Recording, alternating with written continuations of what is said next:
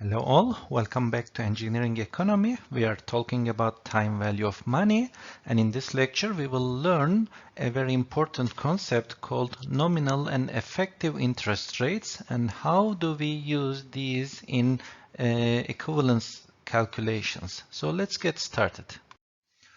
So sometimes the interest is compounded in less than 1 year. It is possible to have interests that are compounded daily or monthly or quarterly. So compounding means this. If you, for example, deposit an amount of money into the bank account, so let's say you deposited some money into your bank account, and your money stays in the bank account for some time, and when it covers a certain amount of time, when it finishes, then it earns the interest rate at this point. Okay, if you withdraw the money before this period, you do not earn any interest, you just withdraw the same amount that you deposited. But when you complete this time, then you earn the interest rate after that. Okay, so this time, the necessary time to earn this interest is called the compounding period. And for example, in some banks, when you go to the banks, they will say that the monthly interest rate is, let's say, 2%. It means that if you deposit your money into the bank account, at each month your money will earn 2% interest rate. Before the month you earn nothing. If it is 1 month you earn 2%. If you complete the next one you earn another 2% on top of the first one. Okay, so this is called compounding period. And sometimes this compounding period is less than 1 year. It is possible to have daily, monthly, quarterly. Quarterly means in every 3 months you earn an interest rate. But however, although these compounding periods can be daily, monthly, and etc., the economists used to mention these in terms of annual values. But when they find these annual values, they simply multiply the interest rate by the number of periods in a year. For example, if the monthly interest rate is 1%, then your money earns an interest rate in every month. But the economists represent this as 1% times 12. We have 12 months in a year, so they represent it as 12% interest rate. So this value is called the nominal interest rate. Okay, this is called nominal. It is the annual interest rate, annual interest rate corresponding to this compounding period. So, for example, when someone tells you that the nominal rate of interest is 12% and compounded monthly, you simply divide this 12% by the number of months, which is 12, and say that the monthly interest rate is 1%.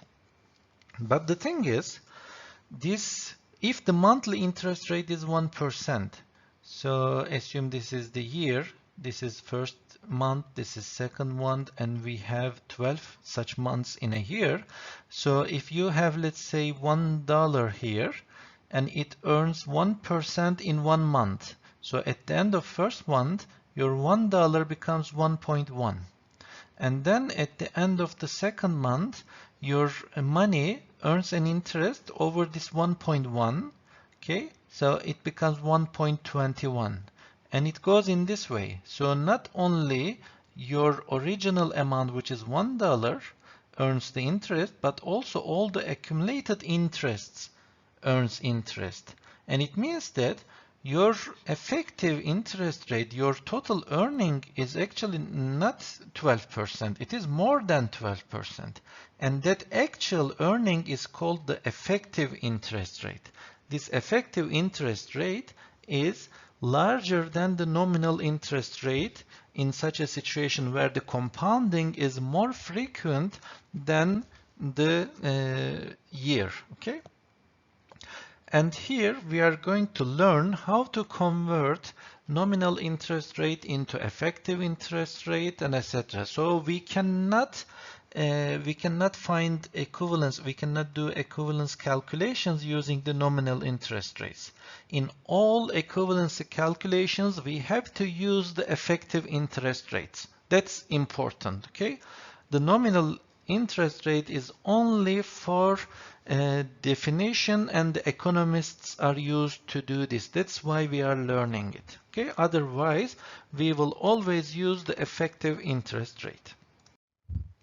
So as we said, this nominal interest rate, it is the interest rate quoted based on an annual period. But on the other hand, the effective interest rate, it is the actual interest earned, okay, or paid in a year, or it can be some other time. So the nominal interest rate is always for 1 year. We cannot say nominal interest rate of 6 periods, 6 months, okay? Nominal interest rate of 1 month. It is not possible. Nominal interest rate is always per 1 year. But the effective interest rate can be daily effective interest rate, monthly, quarterly, semi-annually and annually, or even more. So let's try to understand what actually goes on. So assume that we have an 18% nominal interest rate, which is compounded monthly. What does it mean? It means this. At each month, you are earning an 18% divided by 12, so 1.5% interest rate. At each month, you earn this interest rate. And in 1 year, how many months are there? There are 12 months. So it means that in 1 year, you are earning 12 times 1.5% interest rate. Okay, so now let me ask you this question. Suppose that we invest $1 for 1 year. So we give $1, and which includes 12 months. So this is 1 year, 12 months or 1 year. And at the end of 1 year, we are going to receive this money back. And how much shall we get at the end of the 1 year? Okay, so the interest rate is 1.5%. It is given as 18% compounded monthly. From this calculation, it means that at each month we are earning 1.5% interest rate. So how much shall we earn? And the amount that we are going to earn is equal to 1 times F given P, 1.5% interest rate, and the number of periods, number of interest earning periods, or number of compounding periods, which is N equals to 12. Or this is simply the fundamental theorem of engineering economy. It is 1 plus 0.15 to the power 12. Okay, so by this way, 15%, 1.5% is this much. And from here, we can find that at the end of 12 months, this money that you deposited into this investment account is 1.1956. Okay, so what is the interest amount? Your original amount of money was $1. So the interest amount is 0.1956. Okay, so from $1 we earn 0.1956, and it means that the interest rate is 19.56. So this is the effective interest rate in 1 year. Effective interest rate of 1 year. And this 18%, look, it is not the actual earning at the end of year 1. If it was 18%, then the amount here should be 1.18. Okay, but the actual earning is more than that. So in this case, we say that the 18% nominal interest rate, which is compounded monthly, is equivalent to having an effective interest rate of 19.56%. So this is how we find this. We just find the future value of this $1 for 1.5% monthly effective interest rate, and there are 12 months in a year. So this is the interest earning. It means that 19.56% is the effective interest rate in 1 year. So let's have a close look at what's going on. So this is 1 year. And in 1 year, we have 12 months. Each of these boxes represents a month. And at each month, we earn an interest of 1.5. This 18% nominal interest, which is compounded monthly, means we are earning 1.5% at the end of each month. So what happens at the end of the year? The question is this. And if you do the calculation, we see that if it is compounded annually, we earn an interest rate of 19.56. But these two things are not exactly the same thing. In economic equivalence calculation, we will use them as the same thing. But there is a slight difference. What is that difference? Okay, if there is a bank account which gives 18% nominal interest rate, which is compounded monthly, then let's assume that we deposited money here, let's say $100, and this is the first month, second month, third month, and in the fifth month you want to withdraw your money back. So how much will you withdraw? So this future amount will be equal to $100 F given P, and the interest rate is 1.5% per month, and I am withdrawing the money after 5 months. So we can find the amount of money that we are going to withdraw with this formula. But if there is a bank account which gives you 19.56% interest rate, which is compounded annually, okay, then if you, let's say, deposit $100, and if you want to withdraw this amount after 5 months, so what will be this future value? This future value will be equal to $100. Because if this interest is compounded annually, it means that if you don't complete 1 year, 12 months, you will not earn an interest rate.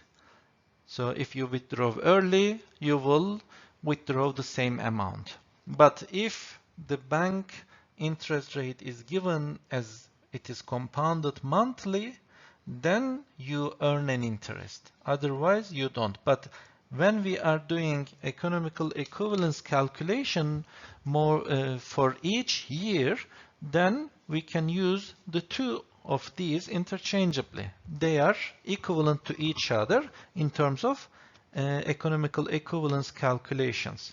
But otherwise, there is this slight difference. Okay, then if we are given a nominal interest rate, how can we find the effective interest rate? We can find this effective interest rate for each year using this formula. So usually we represent the nominal interest rate with R, and the I will be the effective interest rate. Until now, in all the calculations that we did, the compounding period and the effective interest rate were the same. Therefore, we just use I in all of our calculations. And from now on, in questions, we may face up with these nominal interest rates, In that case, first thing to convert this nominal interest rate into effective interest rate and use exactly the same formulas. But how to convert a nominal interest rate into an effective interest rate? So simply, we use this formula. Let m be the number of compounding periods. So in the previous example, the R was 18% compounded monthly. It was given in this way. So what does it mean? It means that in this calculation, R is 18%. And what is M? M is the number of compounding periods in 1 year. So this is 1 year, and since the compounding period is month, in 1 year we have 12 months. So M is equal to 12. So in order to find the effective interest rate, for this example, we will divide this 0.18, which is 18% nominal interest rate, by 12, and then again we have to the power 12 and minus 1. Okay, remember the calculation that we did. If you deposited $1 into a bank account after 1 year with this 18% nominal interest rate, how much will you withdraw? The calculation that we did there is exactly like this. First, we said that 0.18 divided by 12, it is 0.015 is the effective interest rate per 1 month. And then we said that, okay, 1 plus 0.015 to the power 12 is the future value. And from this future value, the original amount was 1. So the remaining interest will be this much. So this is exactly what we do. We divide the nominal interest rate to the number of compounding periods, and we add it to 1 and take the power to the number of compounding periods and subtract 1. That's it. So let's solve some examples to understand it better. It says that for an 18% nominal rate, so R is 0.18, compounded quarterly. Okay, quarterly, what does it mean? Quarter, 3 months, and in 1 year we have 4 quarters. First quarter, second, third, and fourth quarter. Okay, it is compounded quarterly. The effective interest, let's calculate this effective interest. It is 1 plus 0.18 divided by the number of compounding periods, 1, 2, 3, 4, to the power 4 minus 1. Okay, so this will be the effective interest rate for this case. The second one says that 8% nominal interest rate, 7%, compounded monthly. So it will be 1 plus 0.07, okay, divided by 12 to the power 12 minus 1. So 12, since we have 12 months in a year, which is the compounding periods, and 7% is the nominal rate. And from these calculations, we see that when for the first alternative, the effective interest rate is 19.25%, and for the second one, it is 7.23%. And as you can see, this effective interest rate is larger than the nominal interest rate. This effective interest rate is greater than the nominal interest rate. Now there is another example problem for practicing. It says that a savings account pays 9% interest compounded quarterly. Okay, so it says that calculate the interest rate per quarter. And that is easy. In fact, we have 4 quarters in a year, and R is 9%. So for each quarter, what is the interest rate? It is 9% divided by 4. Okay, so this effective interest rate per each quarter is 9% divided by 4. Then it asks for annual effective interest rate. So this 9% divided by 4 is the effective interest rate for 1 quarter. Now it asks for the annual effective interest rate. Sometimes we denote it by IA. This A means annual. And this I this time is equal to 1 plus.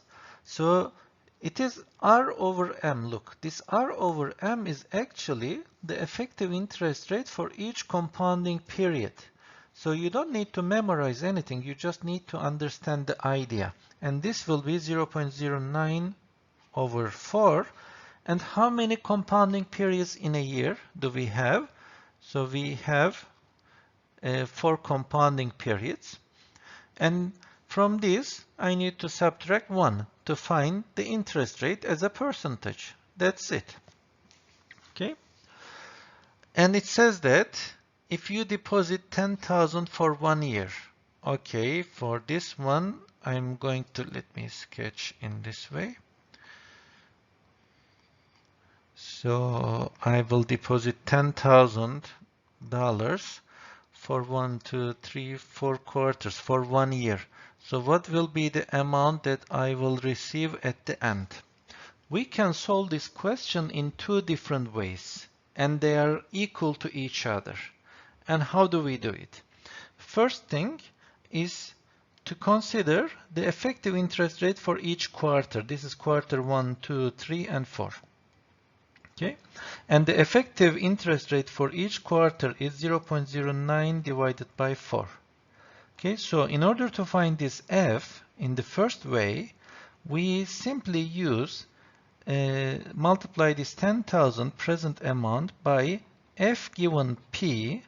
For the interest rate, I use this value 0.09 divided by 4, which is 0.0225. This is the interest rate, and the number of periods. And the number of periods is the number of quarters, which is 4. Okay, this is one method. The other method is this. Consider this cash flow like this. We have 10,000 initially, and at the end of year 1, now I'm considering this as a year, what will be the future value?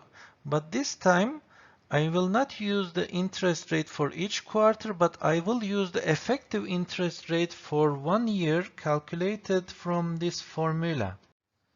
And it gives me an effective interest rate of 9.3 approximately %. So now, in order to find this future value, I will simply write this. F is equal to 10,000 F given P. Okay, this time 9.3%. We can also write this as 2.25%, the same thing. And now I will not write 4. This 4 is the number of compounding periods to find the future value. And what is the number of compounding periods now? If I am using the annual interest rate, the number of compounding periods is 1. If I am using the quarter interest rate, the number of compounding periods is 4. Now these two will end up with exactly the same solution. Okay, so if you like, you can solve this part C of the question by considering the quarters, or if you like, you can solve it using the annual values, annual interest rate. But in each of them, you need to have this standard. The interest rate that you're using in the calculation should be consistent with the number of periods. Again, the interest rate should be consistent with the number of compounding periods. If you are using effective interest rate for a quarter, then you need to write here the number of quarters. If the interest rate, you write the effective annual interest rate, then you need to write the number of years. So this is the solution. The interest rate per quarter is 2.25. Annual effective interest rate is this much, and you can use either this formula or this formula exactly the same, and you will obtain the same future value at the end of the 4 years. This table shows us the effect of compounding frequencies on the effective interest rate. So let's look. Here we have different interest rates. These are the nominal interest rates. 6% nominal, 8% nominal, 10, 12, 15, and 24. And the rows in this table shows us the compounding frequency. So if we compound annually, semi-annually, quarterly, down to daily. Now here, if we compound annually, what is the number of compounding periods in a year? It is 1. If the compounding period is semi-annually, then we have 2 compounding periods. Similarly, if the compounding frequency is daily, then in 1 year we have 365 days. These are the number of compounding periods. And see what happens. The effective interest rate is equivalent to the nominal interest rate when the compounding frequency is a year. But when it is half a year, then it increases to 6.09. When it is quarter, it increases to this one. When it is bi-monthly, it increases. Bi-monthly means in every 2 months. Okay? And if it is monthly and if it is daily, you see that as we increase the frequency, the effective interest rate increases. But as you can see, there is a limit on it. I mean, from annual to daily, the interest rate changes from 6% to 6.18%. And it does not increase to 7, 8 and larger values. Okay? There is a limit on it. And as you can see these changes, when the interest rate is larger, the change from annual to daily, the effective interest rate is also larger. 8 to 8.33. Look, in the first one it was 6 to 6.18, only a change of 18%. But in the second one, 8 to 8.33, as you can see, 0.33%. When the effective interest rate is 24, you see it increases from 24 to 27.11. There is an even larger increase here. Okay, now let's solve some examples for interest problems with compounding more than once. Okay, so sometimes we have just a single amount, a single cash flow, and we want to find present or future or annual values. In this case, of course, for example, if you like to find the future value, we will use this factor, but here I will be the annual effective interest rate. It can be the annual effective interest rate, and N will be the number of years. But you can use not only the annual interest rate, but maybe you can use, for example, the effective quarterly, daily interest rates. In that case, this N will be the number of compounding periods. Okay? And if you want to use the years, then you need to convert the nominal interest rate into effective annual interest rate using this formula that we already learned. So if you have uniform or gradient payment series, again, we need to first convert this nominal interest rate. We need to know this nominal interest rate, the number of compounding periods, and the cash flow diagram. Okay, we may want to find the present, future, and annual values, and we will use these effective interest rates and factor tables or formulas as we already did. So let's solve an example problem. for a single amount cash flow, assume that 100% lump sum amount is invested on 10 years at nominal interest rate of 6%, which is compounded quarterly. Okay, this 6% is compounded quarterly. How much is it worth at the end of the 10th year? Okay, so we have this situation. We are now investing $100, and at the end of 10th year, this is year 10, we want to receive this money and we want to learn this future amount.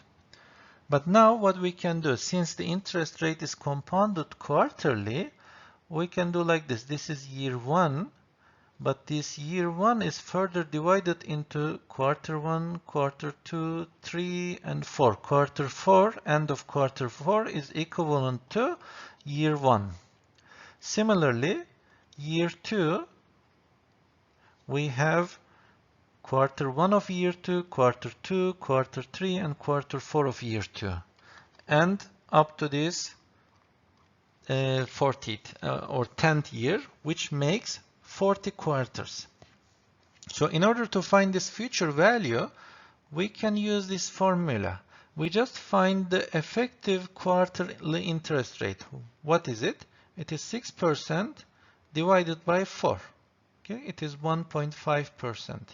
This is quarterly interest rate. This is the interest rate for each compounding period.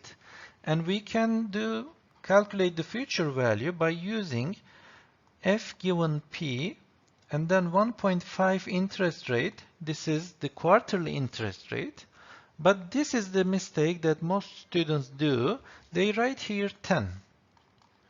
Yes, we want to find the future value at the end of the 10th year, but this interest rate that we have written here is not the effective annual interest rate. It is the interest rate for 1 quarter. So I need to write, if I am writing the effective quarterly interest rate, I need to write the number of quarters here. And in 10 years, how many quarters do I have? Each year I have 4 quarters, and in 10 years I have 40 quarters. Okay, so this is one solution method. We can solve this question in this way. And another method is to consider this. So assume we have this $100 at time 0, and we need to find the future value at the end of 10th year, and I need to find the annual interest rate, effective interest rate. And how do I find it? First, I use this formula and say that 1 plus 6%, 0.06 divided by 4 to the power 4 minus 1. And with this method, I calculate the effective annual interest rate. Okay? And this effective annual interest rate appears to be 6.14%. And then, in order to find this future value now, I multiply this 100 with f given p, and the interest rate is 6.14 this time, not 1.5. And then how many years do I have? 10 years. Use this factor or this formula, and at the end, whichever method you use, we find the future value to be $181.4. Okay, so this is the solution. In the first method, we use this factor to obtain this value. In the second method, we use the annual effective interest rate with the number of years, and we obtain this value. Another example for uniform payment series, it says that one has a bank loan of $10,000, which is to be repaid in equal end of month installments. So each month I'm going to pay for 5 years, and the nominal interest rate is 12%, compounded monthly. Okay, so let's sketch the cash flow. It means that we borrowed this loan of $10,000 now, and we are going to pay it 1, 2, 3, 4 in 5 years. We are going to pay, but we will make these payments at the end of each month. So this is the first month of first year, second month, third month, and this is the 12th month. Okay, month 1, 2, 3, and this is 12, and this is year 1. And similarly, we have month 1, 2, 3, and 12 of the second year, so you can continue as 13, 14, and 24. And up to this 5, it will be 60th month. And again, we can find this solution by just first finding the effective interest rate per month, and it is 12% divided by 12, which is 1%. This is the effective interest rate for 1 month. And then use this formula. This annual equivalent value will be 10,000 times A given P, the interest rate, and the number of periods, which is 60. Okay, so this is monthly interest rate, and we will make the payment in 60 equal payments, and this will be $222. So at the end of each month, I need to make this payment. Okay, so this is how we find these annual payments amounts at the end of each month using this nominal interest rate, converting it to effective monthly interest rate, and then using that. Okay, so this is the solution that we obtained. So the last example will be from uniform or gradient series. Okay, so this will be from gradient series. It says that certain operating savings are expected to be 0 at the end of the first 6 months, 1,000 at the end of the second 6 months. You see the cash flows appear in every 6 months, and to be increased by $1,000 at the end of each 6-month period thereafter for a total of 4 years. So these are savings. So the first thing is to sketch the cash flow. Okay, and it says that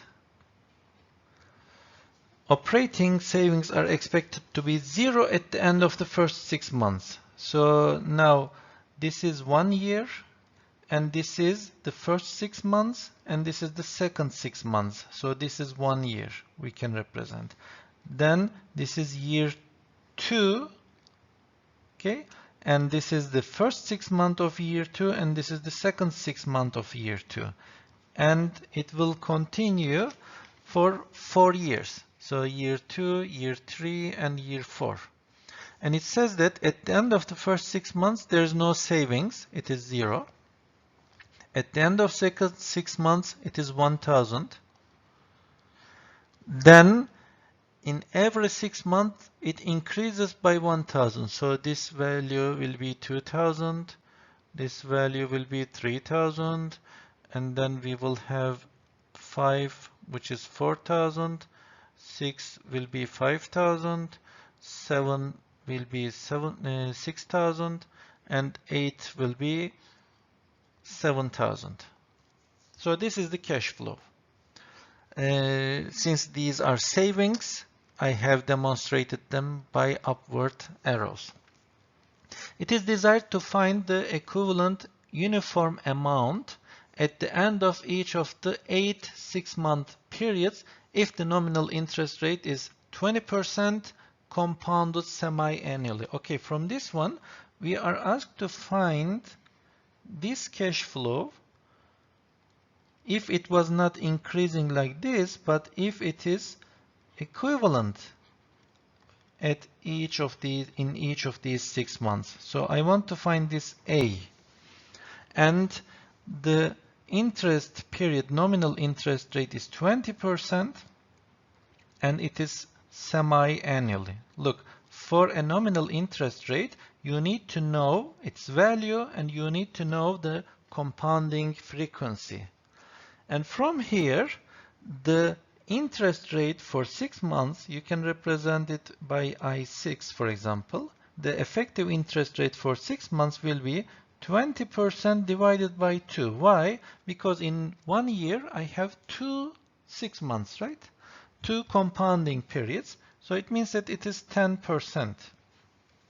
Now, I need to find the annual equivalent of this first cash flow. And to do that, first, you may directly use the gradient to annual conversion factor. And remember, this is a linear gradient series, and it starts by 0 at the end of first period, and it increases by an amount of g at each period. And the annual equivalent for this one will be g, which is 1000 times a given g, the interest rate and the number of periods. So g is, increase amount is 1000. So I'm going to use this factor a given g, and the effective semi-annual interest rate is 6%. And for 4 years, how many semi-annuals, how many 6 months I have? In total, I have 8 6 months. And when you use this formula, you find the annual equivalent to be $3,004.5. Okay, this is how we find the annual equivalent for this example. So this is the cash flow diagram. It starts with 1000 at the end of the second 6 months, and in every 6 months it increases. So these 1, 2, 3, 4 represents the 6 months, and we want to convert it into a uniform payment series. And using the factors, we find the solution. We use this factor and look at that in the factor table and come up with this result. Okay, so this concludes our discussion on the time value of money and the present, future, annual, linear, geometric gradient series equivalency calculations. Please review these materials because they are important in the rest of this course. In the rest of the chapters, we will be using these factors all the time under different topics. So a better understanding of these concepts will help you understanding the rest of the course.